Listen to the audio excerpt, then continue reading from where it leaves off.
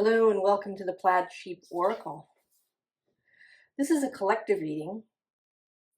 As I was sitting here this morning contemplating who wanted to have their reading, nobody was really stepping forward, so I asked a deck, who wants to be read?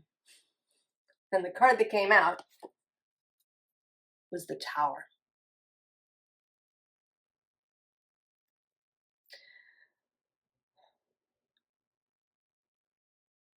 The Tower as transformational.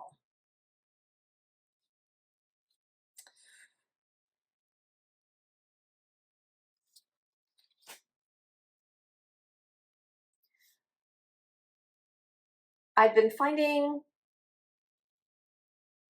a kind of shift a little bit in the way I read that is becoming more receptive. Rather than seeking in the cards, looking to see kind of with a penetrative gaze to kind of pull the meaning out. I am finding myself in a more of a receptive kind of reading, allowing the message just to arrive. And I'm not sure why I'm talking about that, but it's sort of coming through. And it's partly this, so this Ace of Air that came out as the first card seemed like a chord that is struck. That's an image that appears in some creation myths.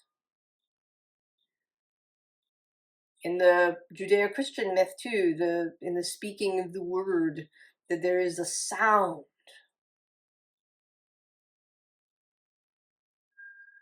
that arises in the moment of creation. And here it's showing up as a sound that that actually starts or finishes maybe a process of dissolution.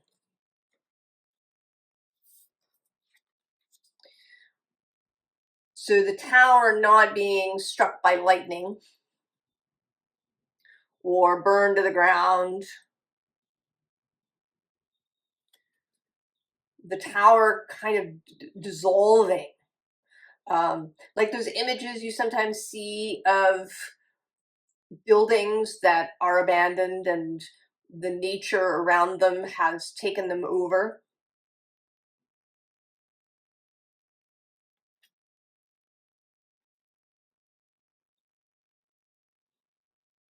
That is what this tower here in this reading is about. I did a Scorpio reading yesterday that's out today about how this Scorpio moon has a lot to do with Leo and this solar energy and an energy of creation, of creativity. And sometimes we don't talk about that in the transformational process. We talk about that you're reduced to goo, or that there's, things have to be destroyed. And we don't really talk a lot about the creative process within transformation.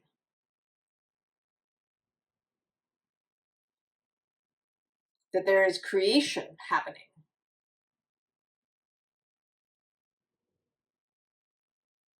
And that it goes all the way back to the very beginning, even to some of the dissolution, right? The way that the tower is dissolved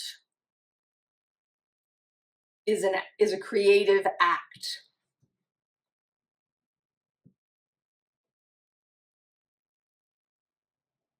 That it involves imagination.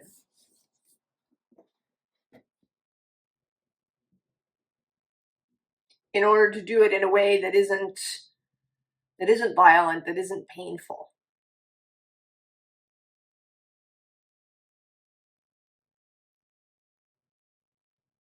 The underside of the deck has this 8 of air, this visioning from above, this, right, the big picture. Also, a kind of survey of the grounds.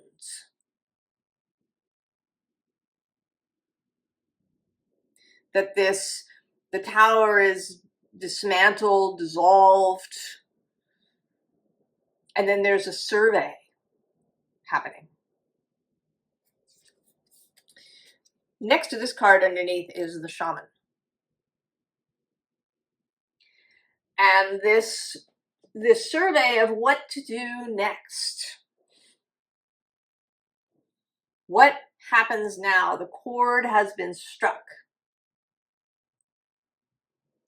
And with the shaman, this is a co-creative moment. We actually have, stepping ahead, the co-creation card.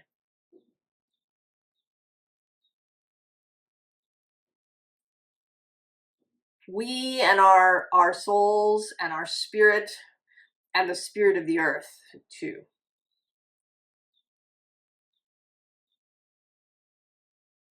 It's actually kind of a many co-creative, but the kind of the larger groups are humans, the earth and its other inhabitants, and then source.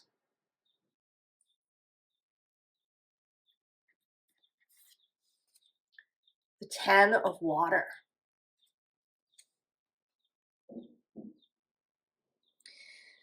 There's a sense of anticipation. This panther waiting for the rain to stop.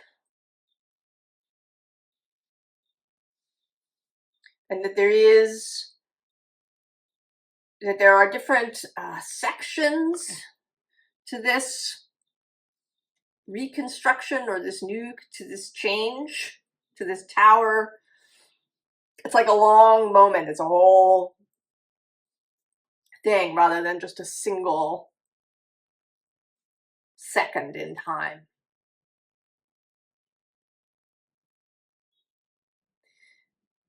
And it may be that we're in this kind of rain dissolution period.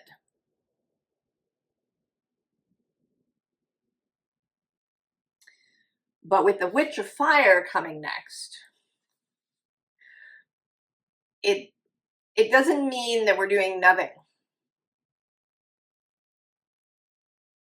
That the inspiration process, the dreaming process. This Witch's Wisdom card deck, though it adheres to tarot construction, it's got a major arcana, then it's got 4 suits and cards, and then court cards. They're all very different. But this card is really interesting to me because it sits in the Knight position. The witches are in the Knight position. There's an initiatory energy to this. That we are not passive in this process. That we are part of the initiatory energy. And then there's the whole group with the 4 of Fire. There's those people within our immediate circle who we know, other people around the world who resonate with us, even if we don't know them personally.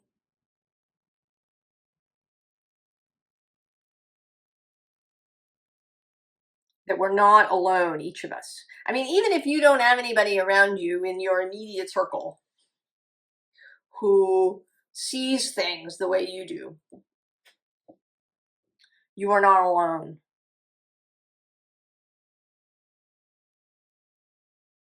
And I think that as this process proceeds, and if you choose to involve yourself, to go this route that is being suggested in this reading, that you're going to run into more of these people. You'll find each other.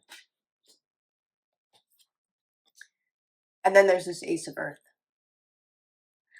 And when the Tower card came out, and then I was looking to see what deck wanted to come out first, this was on top.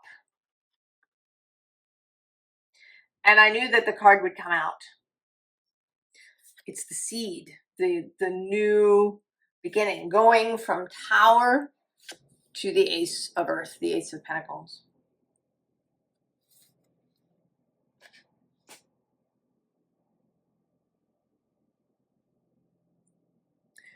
So it's not a single moment, it's a whole cycle.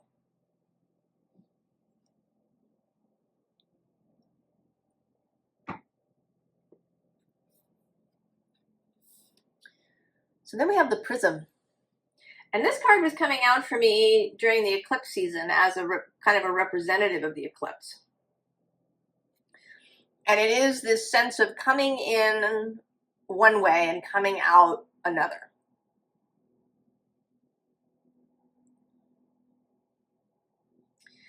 And, you know, if you use two prisms, you come back, right? You can come back. But this feels a prism that begins with the rainbow and then becomes the single shaft of light on the other side.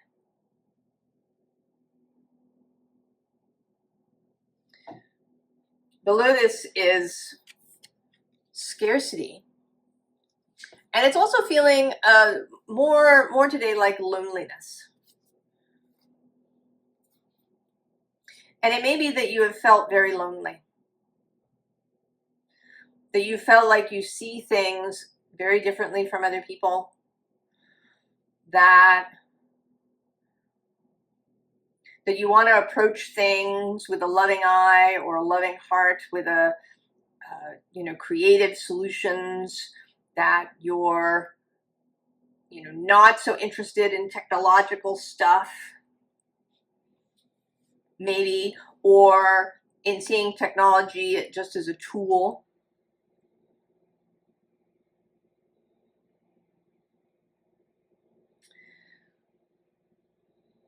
Or there may be other things where you have views that differ. And it might not even be that, you're in a hostile space. It could just be that you just see things differently. If you're somebody who sees the spiritual reasons behind somebody's illness, for example.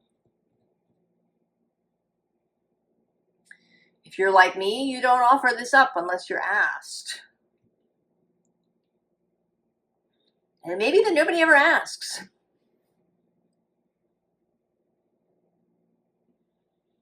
Or you read something, or you have a revelation, and there's nobody that you can go and say, hey, what about this?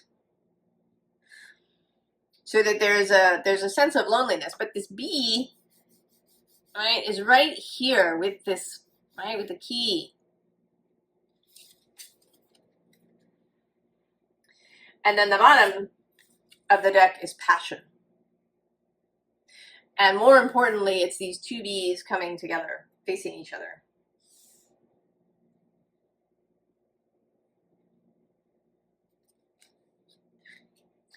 You don't have to wait for other humans to join in this endeavor. We have growth. So your own growth, your own ability to see to see even more differently than you already have,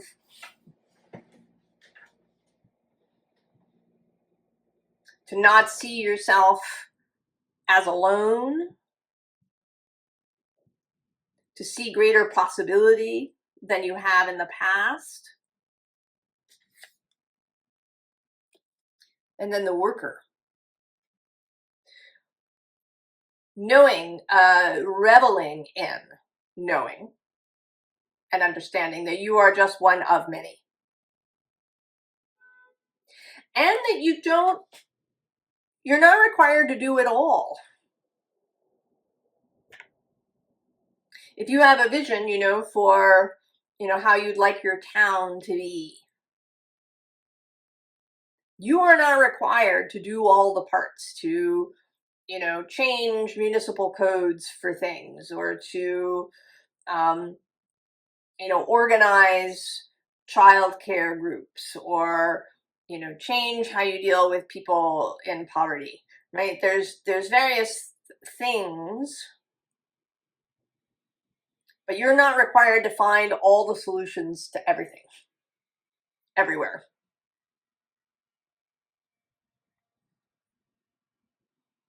You are required to follow your particular inspiration.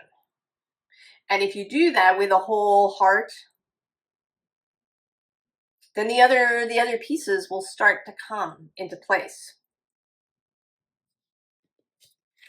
Right? Because then we have the co-creation card.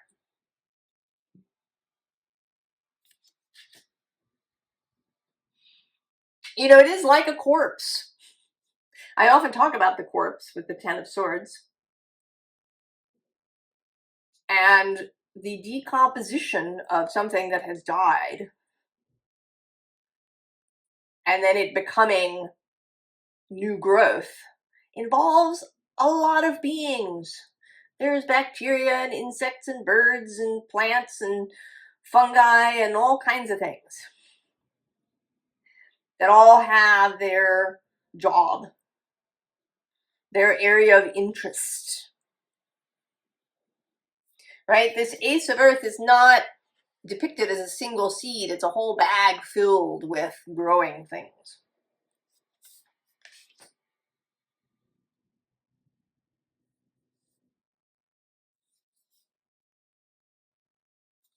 So we have the healing temple.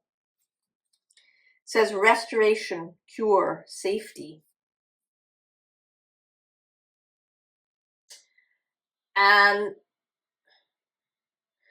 the bottom of the deck actually is the Isle of Wonders. Revelation, teaching, discovery. I think that if you're here watching this, you have been in this space.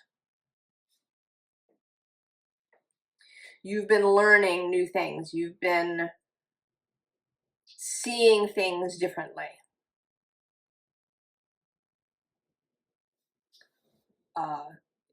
Maybe that you have been studying ancient ideas, although certainly not all ancient ideas are ones we'd want to keep. You've been open to those things that feel good to your heart. Practices, ideas, cosmologies. You've gone to the mountain. You've gone to the mountain, and actually below that is also this full moon temple.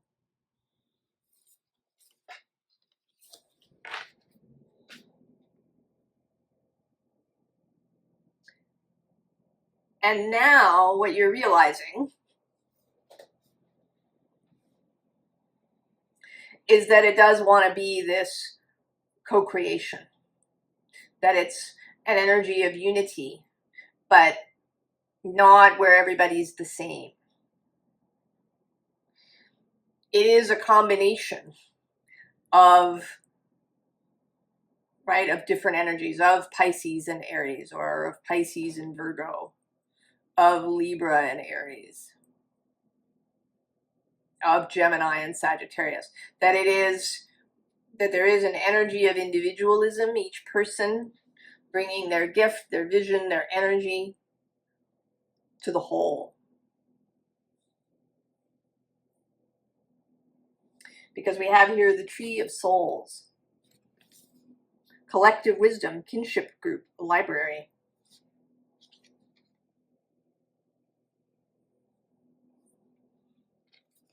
And then the Light Priestess, galactic wisdom, cosmic ritual.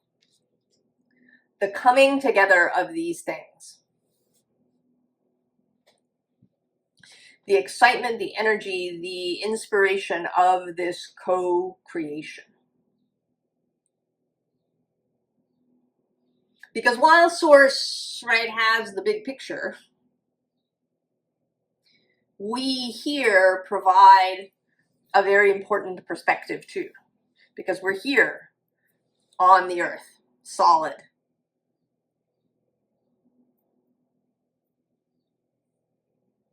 Having this experience, living with time, living lives that begin and end. I mean, that's why we're here, is for Source to have this experience. And so it's not about us, you know, just joining up with the 5D. Our 3D perspective is really important. And it doesn't want to go away. Right? It's about a partnership.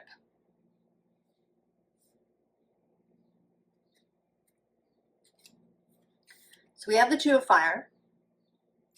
And below it is this 10 of Earth, the complete thing. That we've reached a completion point.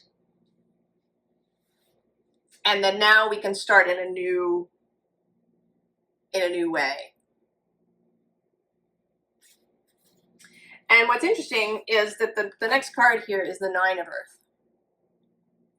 And I don't see it so much as, you know, the group and alone, but a very material perspective. And then one that combines material and energy.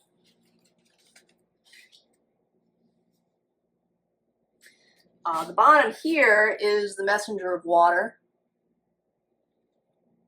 the Knight of Cups. And I'm kind of actually feeling Saturn here. He's been moving through Pisces. He's going to cross over into Aries on May 24th. And then in the fall, he'll go back. And then he will return again to Aries in February, next February. And then he'll just be on his way through Aries.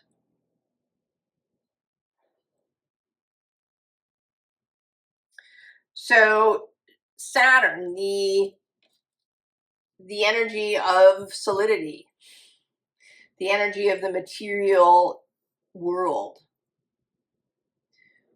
has been, you know, having this experience in Pisces, which is the kind of quantum creational space.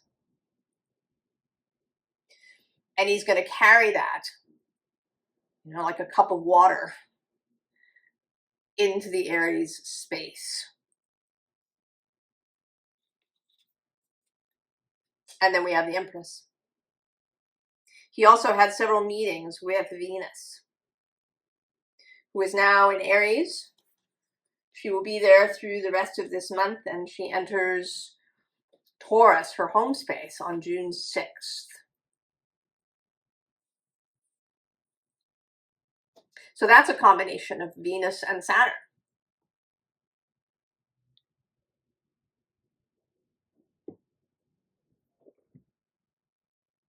There was also a connection between Mercury and Saturn. And all of these three planets also met up with the North Node moving through Pisces and the Pisces-Virgo axis of creational space, right? The Pisces sea, quantum realm, and then Virgo, where something comes into reality, where the quantum wave collapses and you get the particular thing.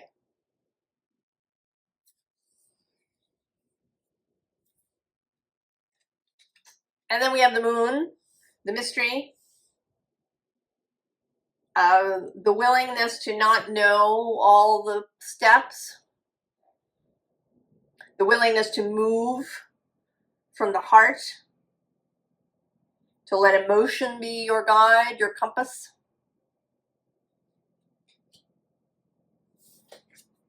The Hanged Man. I'm actually sort of seeing these two characters as kind of the same, because this sort of is the moon behind him. So this turning over, you know, that there's a kind of revolution, revolving, turning that happens. Seeing from all different perspectives, not just right side up or upside down, but on the side, on an angle, all the different ways, and also to see the process, to see from this elevated, broader perspective, but also being able to see the details. The eagle sees the whole landscape, but then can pick out that rabbit 1,000 feet below. And then we have the Six of Air. The mystical ship moving. And there is decidedly a mystical component to all of this. That there are possibilities open to us that maybe we think there are not.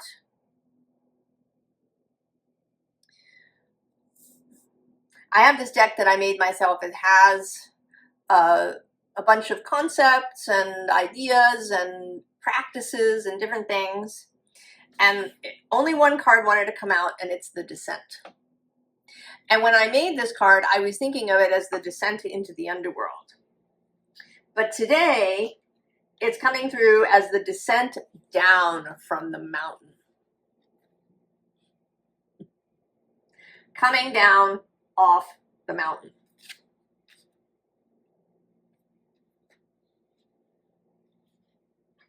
In order to put everything that you've learned into practical use, to take that spiritual, metaphysical understanding and infuse it into your life.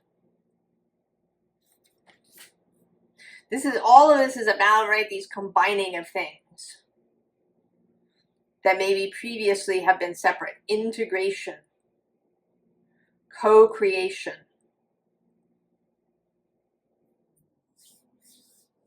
The card on the underside here is Timeline Shift. And below that, Quantum Space. And I'm going to go one more. The Journey. Oh, I have to go one more after that. The Fellowship.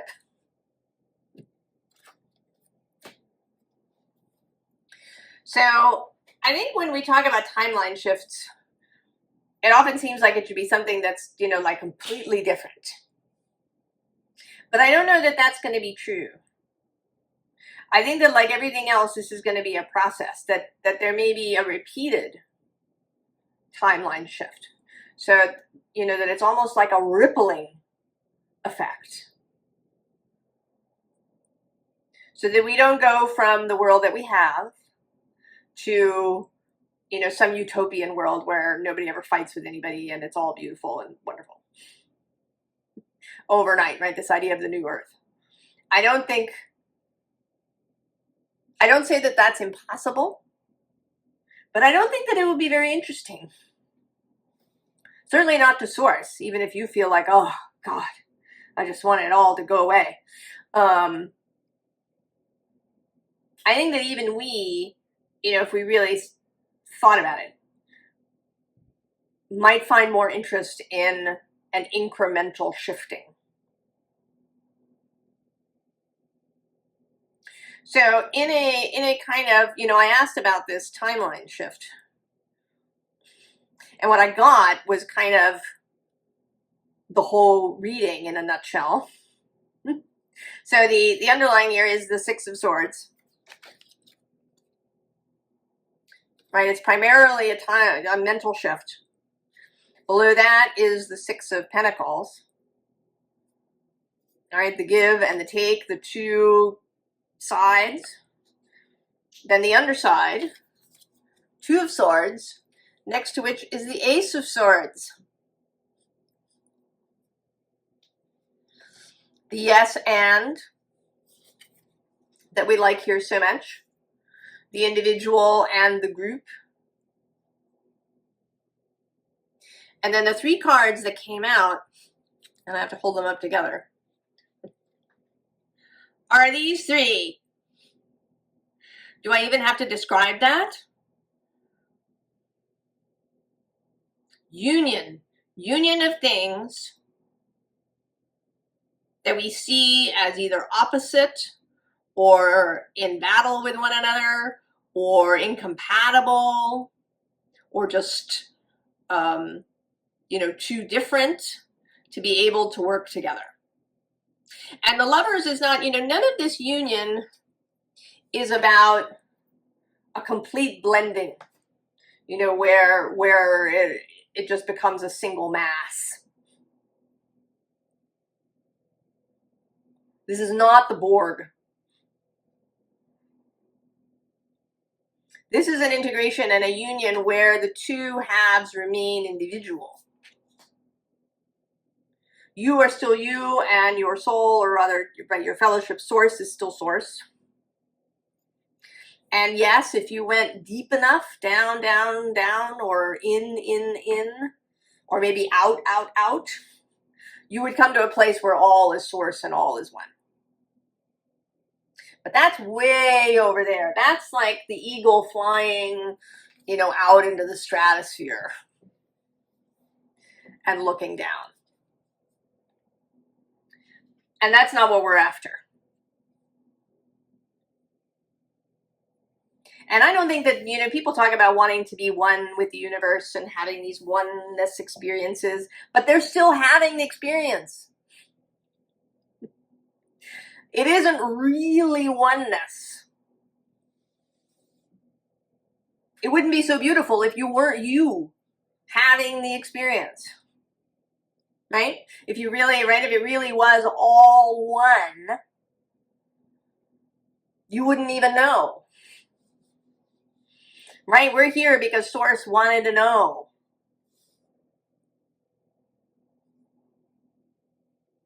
So we are all individual, but we're going to work together. We're going to reconnect to our guides, to Source, to our own intuition, and I think to the earth, especially, because a poem wanted to come out from my year with Rilke. It's the June 11th poem. It's from the 9th Duino Elegy. Earth, isn't this what you want?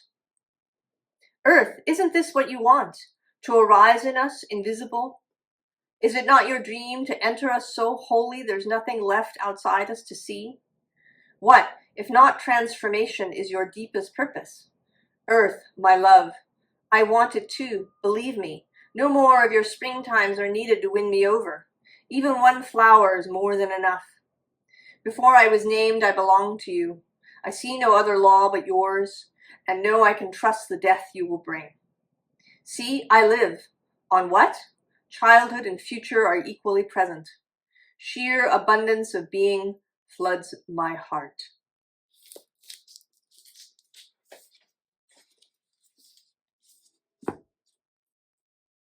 And so, my dears, I wish you all the very, very best. I hope you are feeling this. I hope that you can see a different vision of the tower. And that it gives you hope and strength and inspiration. I will see you next time. So long.